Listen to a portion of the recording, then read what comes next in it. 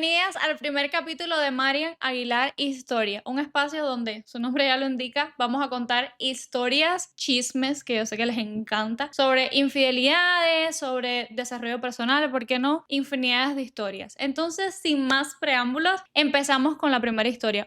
Quería agradecerles a todas las que están acá, las que vinieron de Facebook, de Instagram, de TikTok o las que me están viendo por primera vez. Bienvenidas al primer capítulo, gracias por estar, gracias por verme. Y ahora sí, sin más preámbulos, empezamos con la primera historia.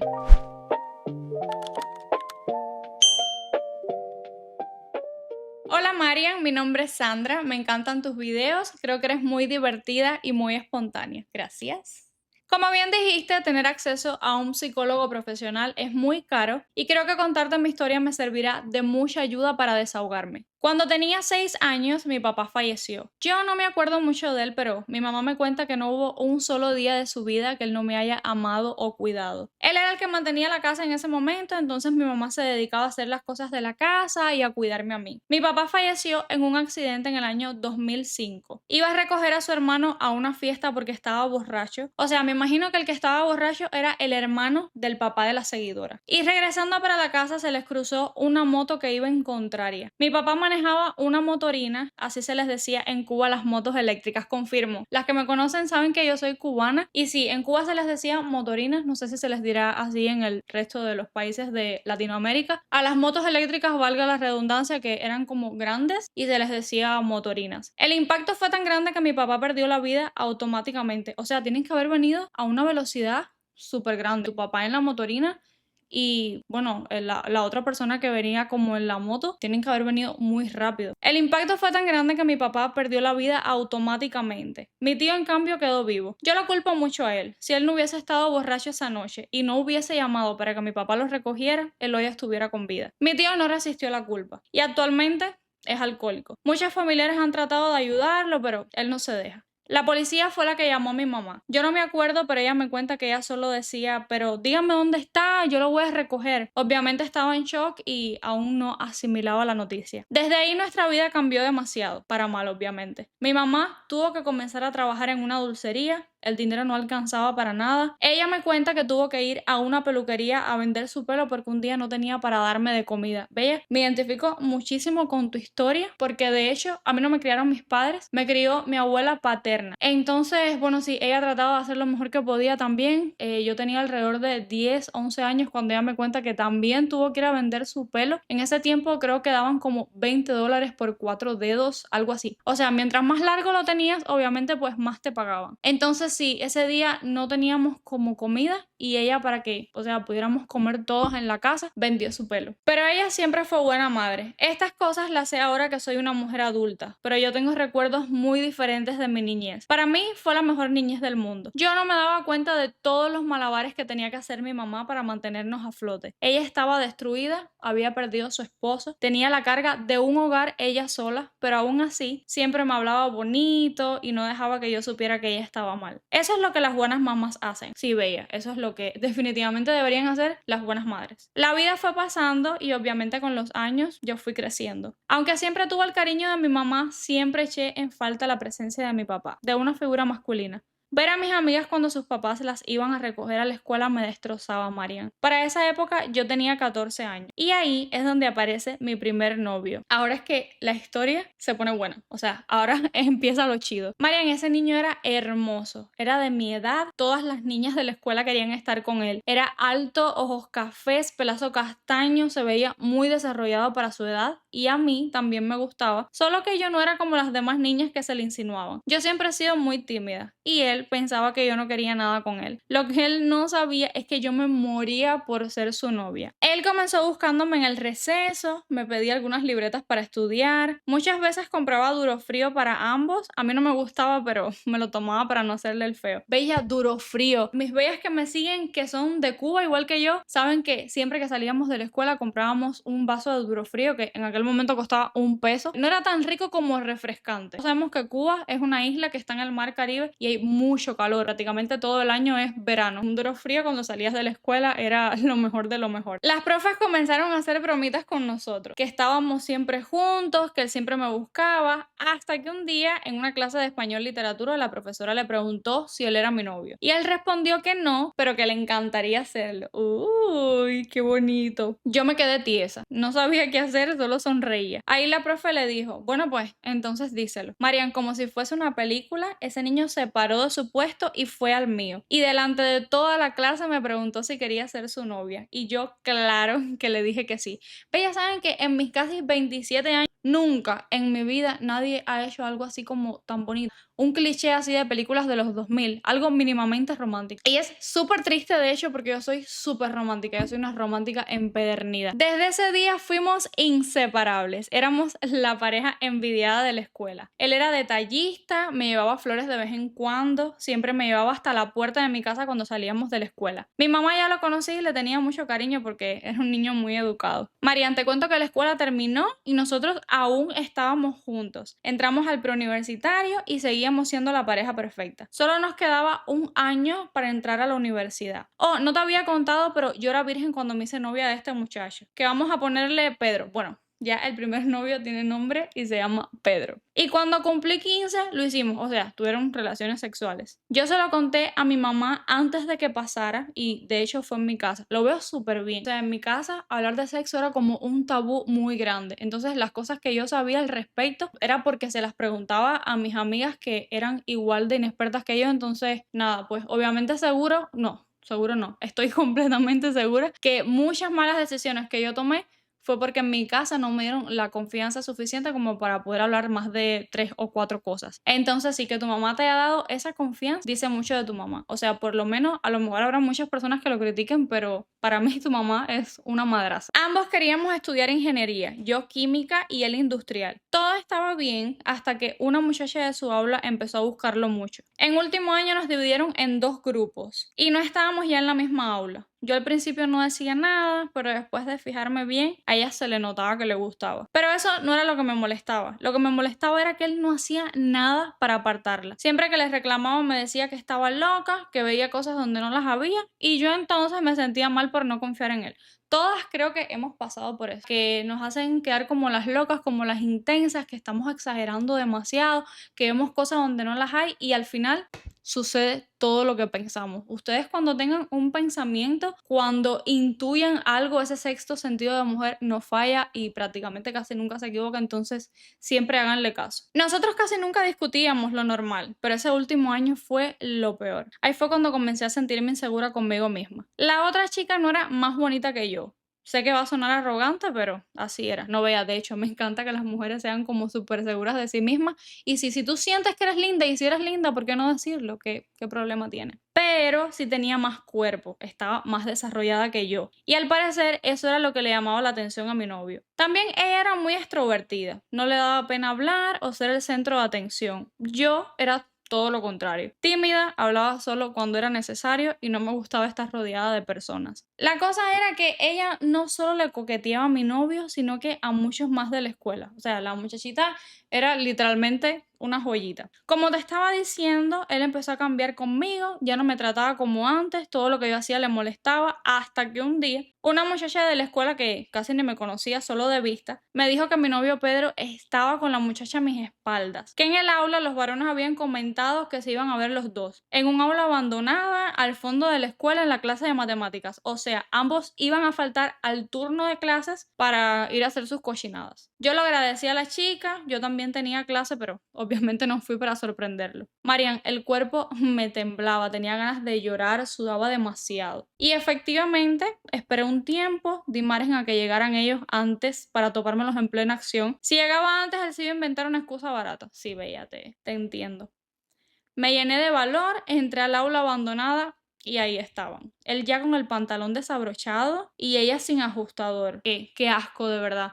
Yo nunca he pasado por eso y ojalá nunca pase por eso, pero debe ser muy decepcionante y muy doloroso, súper asqueroso. Da muchísimo asco encontrarte a tu pareja con otra persona a punto de tener sexo o inclusive dándose un beso. Es que es muy decepcionante.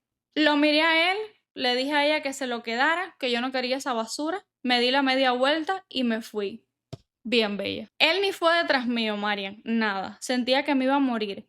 Me dolía el pecho, aún no lloraba. Tenía una clase, así que fui de nuevo para mi aula. Pero cuando me senté, ya no pude aguantar más. Comencé a llorar como una niña chiquita. Creo que tuve un ataque de pánico. Me faltaba el aire, temblaba mucho. El profe fue hasta donde yo estaba para preguntarme qué me pasaba. Salió conmigo del aula. Cuando yo le conté lo que había pasado, Marian, el profesor comenzó a llorar conmigo. Me abrazó, me preguntó qué quería hacer y obviamente yo le dije que no, que yo no iba a volver con él, que ya no más. Cuando terminé de hablar, me dijo, estoy muy orgulloso de ti, esto que te está pasando ahora te va a hacer más fuerte, él no te merece, aquel que perdió fue él. Tú eres linda, inteligente y buena, déjale lo demás a la vida, que ella se encargará de poner a cada cual en su sitio. Veía qué bonito que todavía queden como profesores con vocación, que no lleguen como al aula solamente a impartir una clase y ya está, que de verdad empaticen con sus estudiantes. Ese yo digo que es el verdadero profesor. En ese momento yo estaba destrozada, pero le agradezco profundamente esas palabras. En los próximos días me lo topaba en los pasillos. Él no me miraba. Si veía que yo pasaba por donde él estaba, él entraba para su aula. Nunca me dio explicaciones, nada.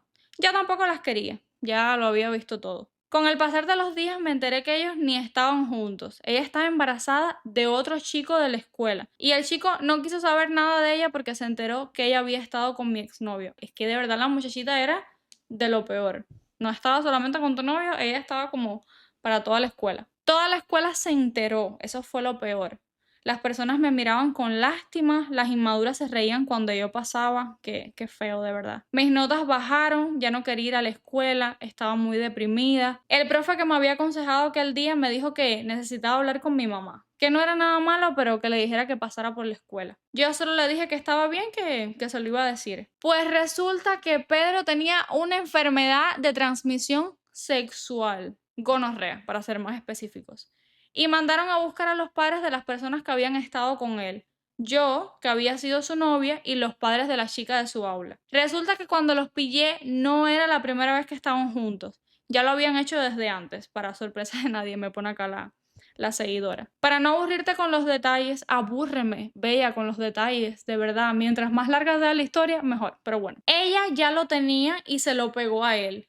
Solo faltaba saber si yo lo tenía y sí, efectivamente lo tenía. Yo me quería morir. Pasé de sentirme desilusionada a tenerle odio y asco. Una cosa era que él fuese un infiel mentiroso, pero ya pegarme una enfermedad era lo peor. La madre de él, mi ex suegra, dijo que sí, que lo había hecho mal, pero que todos los hombres son infieles. Que la descarada era ella, que había contagiado a su niño y que no era tan santa tampoco. Que seguro ya yo sabía de la infidelidad y aún así había seguido con él. Que Dios me libre de una suegra así. Es que no sé, te tienes que haber sentido súper mal en ese momento. Que eso me pasaba por tener relaciones sin protección. Mi mamá y yo le íbamos a responder cuando el profesor se levantó y le dijo que ya él sabía por qué Pedro hacía ese tipo de cosas. Porque tenía una madre que lo había malcriado, le dijo que los hijos tienen que entender que todas las malas acciones tienen consecuencias, algo que ella no le había enseñado.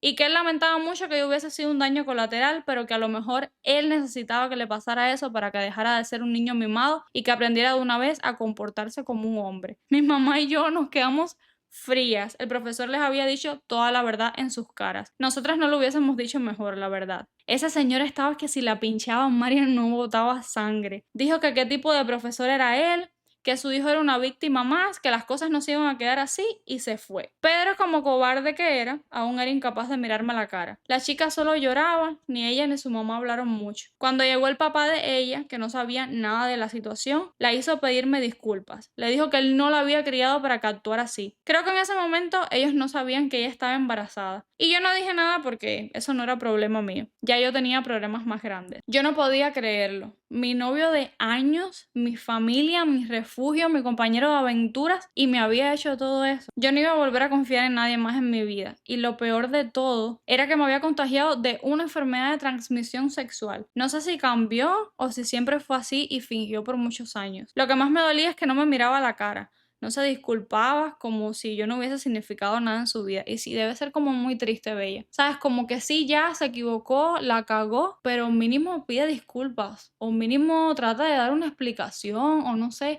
Pero es que actuó como un niño. Si hubiese estado en esa situación, Me hubiese sentido súper mal también porque es que actuó como un cobarde. Después de una semana y unos días ya yo estaba bien. Afortunadamente la gonorrea tiene cura. La escuela terminó y entré a la universidad. Yo no tuve ningún novio en ese tiempo. Mi autoestima estaba por el suelo y ya no confiaba en nadie. Me pasé todas las vacaciones trancada en mi casa, no quería salir, no comía mucho. Mi mamá me apoyaba y trataba de contentarme, pero yo no tenía ánimos de nada. El primer día en la uni no es de clase, siempre hacen un acto de bienvenida, te dan un recorrido para saber cuál es tu habla y así. Y obviamente me topé con mi ex. Y oh sorpresa, vi cómo él caminaba hasta donde yo estaba para hablarme.